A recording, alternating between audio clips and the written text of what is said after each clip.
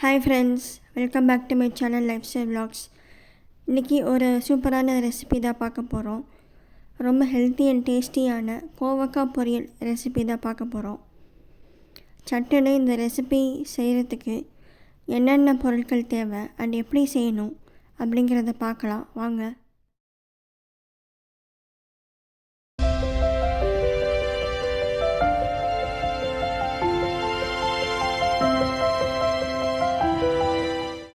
நான் 1/2 கிலோ கோவக்காயை இப்படி ரவுண்டாக கட் பண்ணி வச்சுருக்கேன். உங்களுக்கு வேணும்னா நீங்கள் நீளமாக கூட கட் பண்ணிக்கலாம். இப்போ ஒரு கடாயில் நல்லெண்ணெய் ஊற்றிக்கலாம்.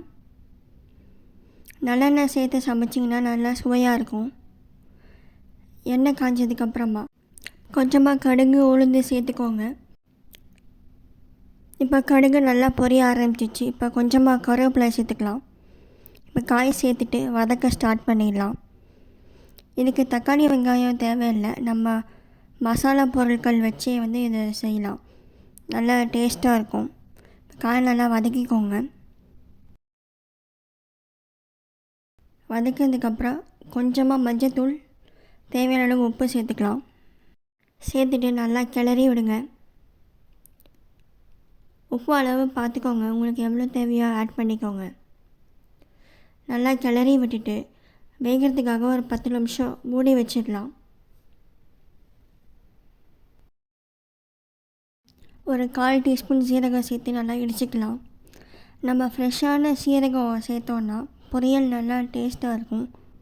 இது டேஸ்ட்டுக்கு நல்லா என்ஹான்ஸ் பண்ணும். இப்போ காய் நல்லா வெந்துச்சான்னு பார்க்கலாம். நல்லா வெந்துச்சு, சாஃப்டாக வெந்துச்சு காய். இப்போ 1.5 டேபிள் ஸ்பூன் மிளகாத்தூள் சேர்த்துக்கலாம். உங்களுக்கு எவ்வளோ தேவையோ சேர்த்துக்கோங்க. 1/2 டேபிள் ஸ்பூன் கறி மசாலா சேர்த்துக்கலாம். இப்போ பொடிச்ச சீரகத்தூள் சேர்த்துக்கலாம். எல்லாத்தையும் சேர்த்துட்டு இப்போ நம்ம வதக்க ஸ்டார்ட் பண்ணிடலாம்.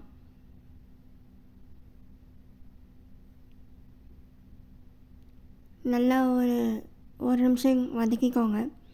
வதக்கிட்டு நம்ம மூடாமல் வேக விடணும்.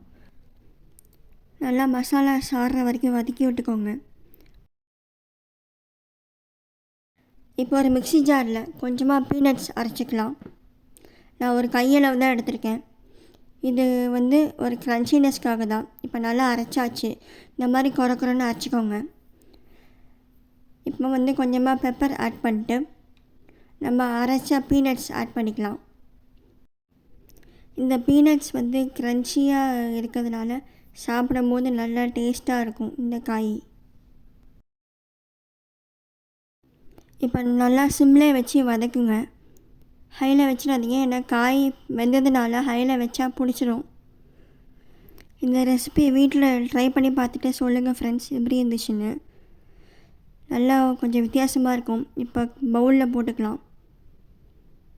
இந்த வீடியோ பிடிச்சிருந்தால் லைக் பண்ணுங்கள், ஷேர் பண்ணுங்கள், சப்ஸ்கிரைப் பண்ணுங்கள், கமெண்ட் பண்ணுங்கள் மறக்காமல். தேங்க்யூ.